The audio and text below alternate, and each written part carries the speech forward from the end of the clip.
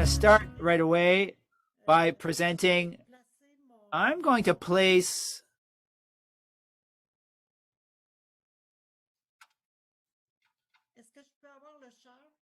Can I have the share power, the power to share, please? Thank you.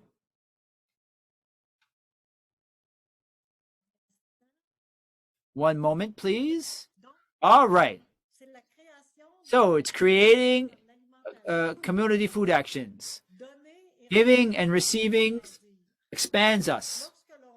It makes us grow. When we give, when we receive, I would say we receive 100 times more. Not necessarily for the people to whom we've given. It's through other people. So giving, it's really, it's happiness. What's important when you come in as a community food mentor is to define your passions. If you want to really take great actions with great pleasure, you need to be passionate about food. And listen to the needs of the community to better serve that community. So it's important to listen to people. And you need to do some networking at the start. And the first questions that we should ask ourselves in terms of interest and our abilities, we also have to know our skills and what interests us. Do I like to work alone or as a group? You have to define a few things. Do I need support to participate in an activity? The answer might be yes or no. Can you lead meetings? Do you like it? Do you like leading meetings? Do you like to offer courses, or do you like to speak to people? Do you like to organize kitchen activities together? Doing volunteering in food banks, many things. Volunteering in the Eat Fresh program. There's lots in there. It exists in lots of municipalities. Eat Fresh. This program offers food baskets at a lesser cost to the community. So you can work and volunteer in that program once a month. You can also help at for a market garden. They need volunteers, or sometimes they might hire you. Meetings or cooking courses with students at schools. Students right now need cooking courses. They want to learn how to cook, especially in towards the ends of high school, when they're heading out to university. They don't know how to cook. There's a major lack there. Are you comfortable doing Zoom meet events? You can also prepare dishes for women who are about to have a baby. They need some help then. Preparing meals for isolated older people. Offer cooking classes. Are these things that you like to do? How to prepare dishes at a lower cost. Courses on budgeting. So how to meet the community's needs. So earlier I spoke that you have to listen to what people have to say. So this is through networking. You have to travel throughout from one community to the next. You have to participate in our well-being networks in our region. That's where we learn. I learned a lot by participating in my region's well-being network, and I listened to the organizations as they spoke of their needs. Meetings with librarians. In the libraries, we see that there are lots of courses that you can give, that you can offer yourself up to give them. There's the Francophone Association for seniors, whether it's Francophone or Anglophone. They're always looking for people to offer conferences, either in Zoom or in person. There's senior-friendly municipalities. These municipalities need people to offer courses and help. There is the Community Food Inclusion Network. Here it's called RICPA. I don't know if this exists in all of the regions, but I think it must exist in other regions. It's to combat poverty. There's something called Université Troisième Âge, senior university. There's needs there. Senior Citizens Club, public markets, regional service commissions and the Club Richelieu in the Francophone areas. There's needs that they can identify, but we don't necessarily have access to what they need. So you have to just ask these groups, and you can get some sources for community actions. That's how I started. When I came into the Acadian Peninsula, I did not know the Acadian Peninsula. I knew nothing about the Acadian Peninsula. I just came, the sea attracted me. And I noticed and I became aware that in my street, in my village, there were very few community gardens or gardens amongst the residents. And that's where I asked, why is there no gardening here? And that's where I started to offer courses in gardening. And it developed itself. It's really, we've made a lot of progress. There's also the radio that might serve your purposes. You can ask to participate in a radio show.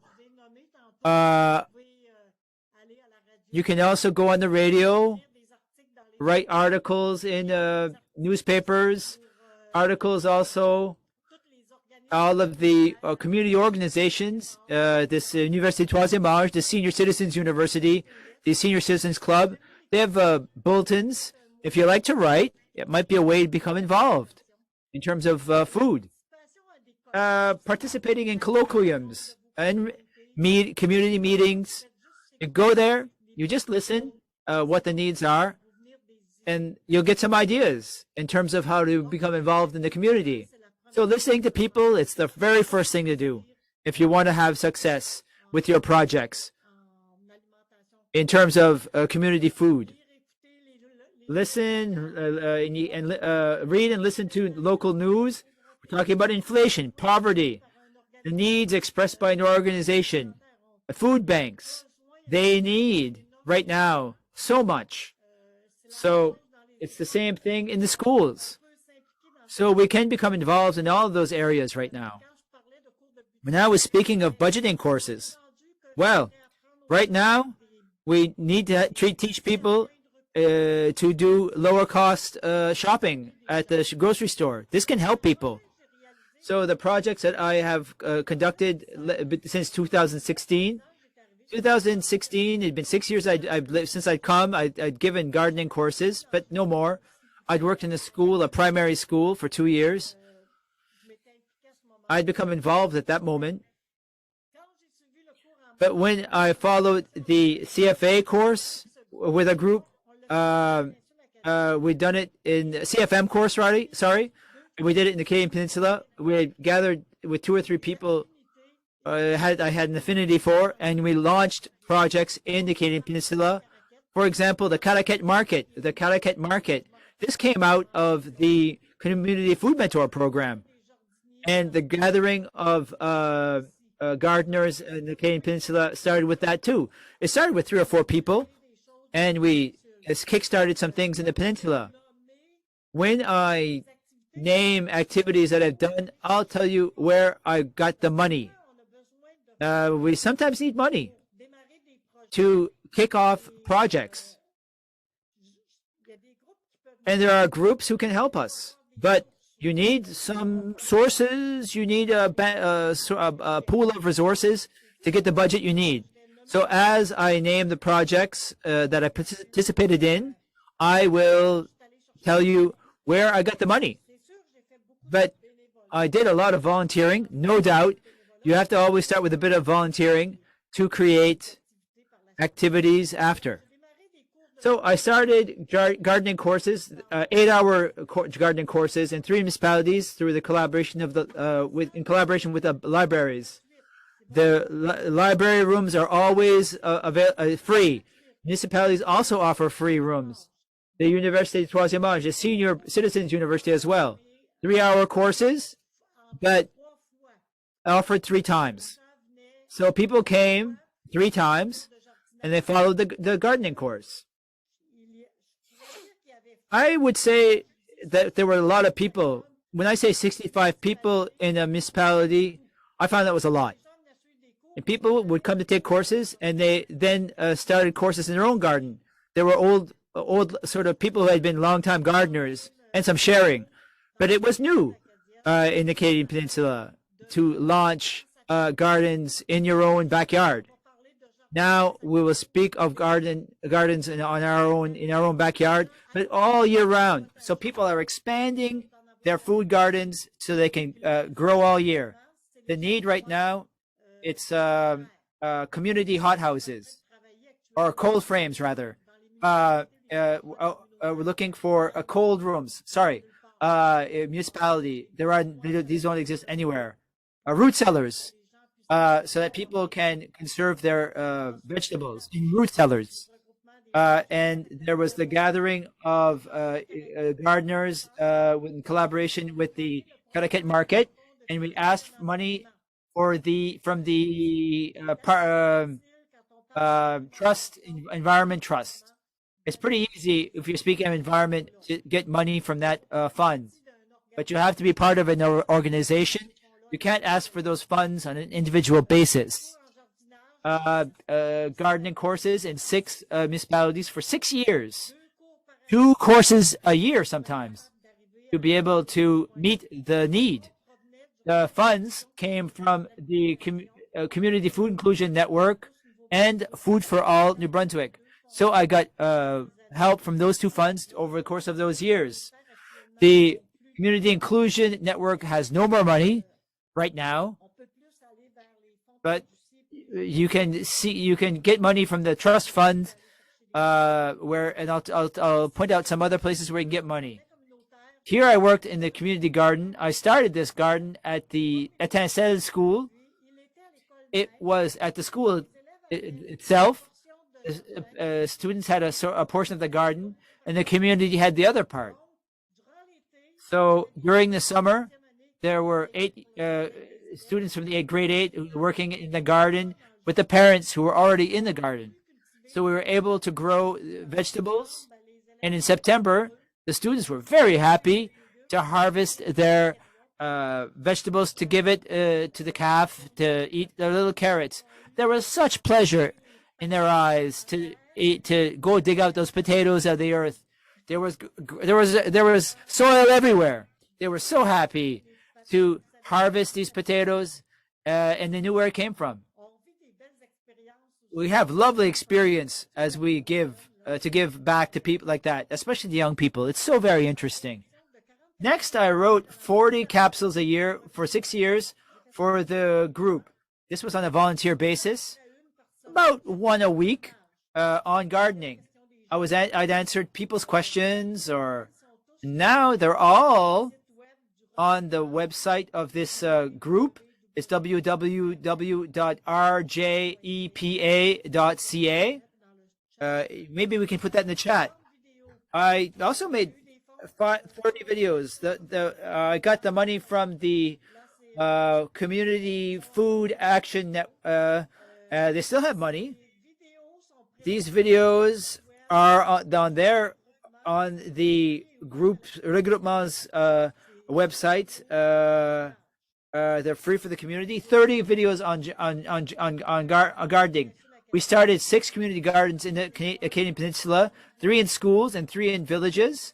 The funds, the money came from either the village or something called Place aux Compétences, a skills effort. In the schools, you have access to this project called Place aux Compétences that community agents handle in the schools. So if you have a project to offer in the schools, you can ask the community agent that she asks money for you. And it's something called, in French, called Place aux Compétences, skills first or something like this, perhaps. If it's for salaries or mileage or material, everything's included for these projects from what is called Place aux Compétences. And the villages really accept whatever project you'd like. And startup of organic seedlings to sale for an entrepreneurship project in the schools. We started with 600 seedlings, and we did it for the next year without needing money. So we learned how to budget, how to look for sponsors. people learned how to work according to a cooperative-based project. Again, with this organization called Place aux Compétences. It might seem like a lot, but this happened over the course of 8 years. So projects that we've completed since 2016, 2 15-hour courses on gardening, how to conserve vegetables over the winter, and winter gardening inside the house. We offered this in Point Verte for the senior-friendly municipality funds, and in the Chaleur region as well. This was very appreciated as well. I offered it to the regroupement. It's not everybody who wants to use an autoclave, what they call the Presto, to conserve food. So I offered some courses on the autoclave and how to preserve our food for the winter. 2 15-hour courses on Zoom on gardening, how to conserve vegetables for the winter, indoor home gardening. That was for the Association Francophone des Îles New Brunswick, the Francophone Senior Association for New Brunswick. 1 2-hour course. I would say this is the end, I guess, of my projects. I set aside the administration of the grouping for ecological gardening for the Canadian Peninsula, and my efforts are now devoted to zero waste.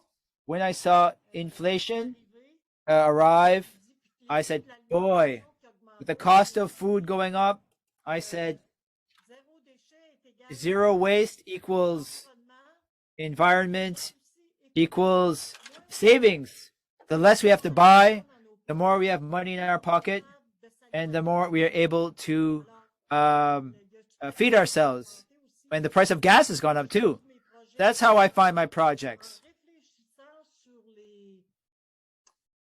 Ce qui se passe dans le monde, puis dans nos municipalités. About what's happening in the world and in our municipalities. So when I look at needs, I try to decide what I'm going to do. Currently, there are some new arrivals that are coming in on our. They're building houses on my street. In fact, newcomers.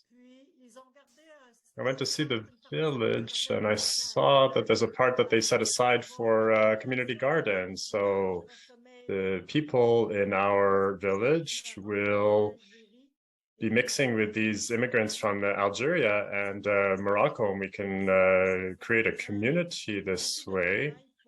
And so since this happened on my street, it wasn't a lot of work for me, and the municipality accepted this great project. And so we're even talking about having a year-long greenhouse that we could put up in my village as well. So the more that things move forward in the village, the more that the municipality wants to get involved in these types of projects. And this also is responding to the needs of the community. It's nice to do work, but everybody needs to get involved. Everybody needs to get lend a hand. I spoke with the gardeners in the group. We wanted to do different projects with the group, so we did a lot of different things. We've been working with different vegetable gardens, and we also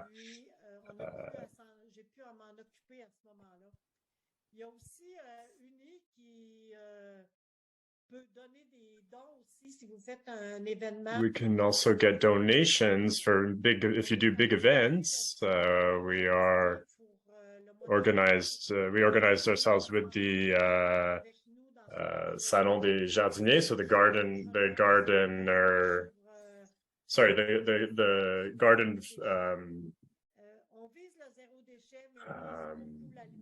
trade fair, if you will, and we're really trying to get to no waste, and so doing volunteer work and getting involved is really nice. So there's a lot of different activities that we're doing here to be able to work within municipalities. I'd like to come back to donations. I worked for 15 years at the École Internationale de Montréal, the Montreal International School. And so that's where I sort of got my first taste of giving donations. And this is through volunteer work in the community. And I noticed that if my students didn't like what I was doing, they didn't have any pleasure doing it. So I had to start by finding their interests and what their passions were and what gave them joy. And I asked them, why not take this activity and go into daycares and go into old age homes and get these types of activities going, to sing songs for the elderly. And some of them started accounts for the daycare, several daycares, and I thought it was very important to work through our passions and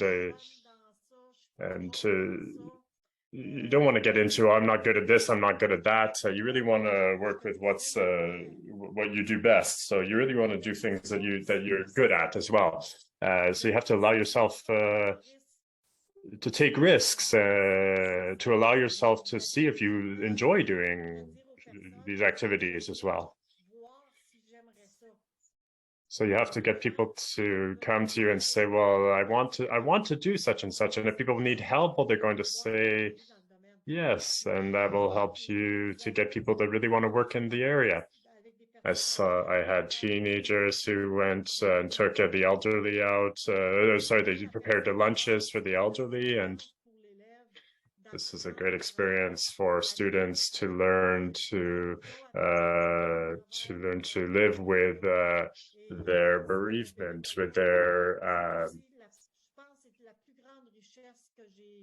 with mourning, and I think it's a great wealth to be able to give to others, and automatically we get something back, be it if we get involved in the media or through any other means. I'm always,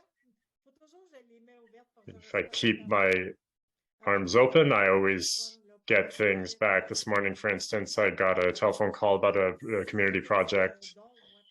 I call these gifts, because there are people who will start up their projects. So as far as being a mentor, it really helped me along. When I took my first course, I found that I didn't have enough to offer, but the people who came and brought their experience, they gave me what they were able to give, and this helped me to get things going, to get things started.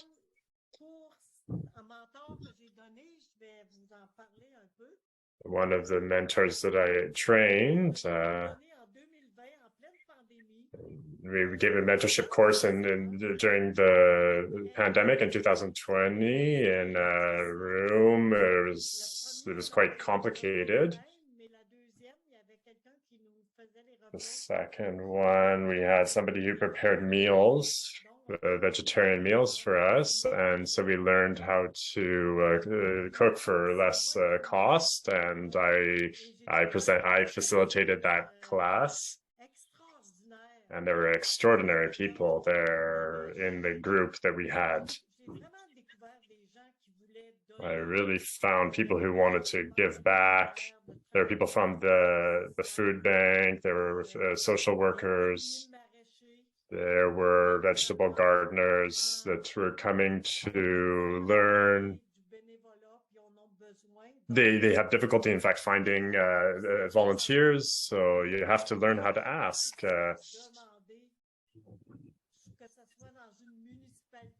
be it in a municipality, asking a group or whatever it might be. You have to learn to offer your services, but you have to also learn how to accept that people say no or yes. And sometimes people aren't ready to take on your project, and that's okay. There's always a time for everything. And so you go somewhere else. But there's always municipalities, libraries, there's always you know, the food banks and even thrift stores. They always need people, and so you know you can also find organizations that require financing. Often I work for the last little while. I've been asking, in fact, that we cover my costs for my travel costs because of the cost of gas, and also if I have to travel for conferences, well, I ask for some compensation for that. So I mean, I'm not new at this, so I sometimes I ask for a little bit of compensation.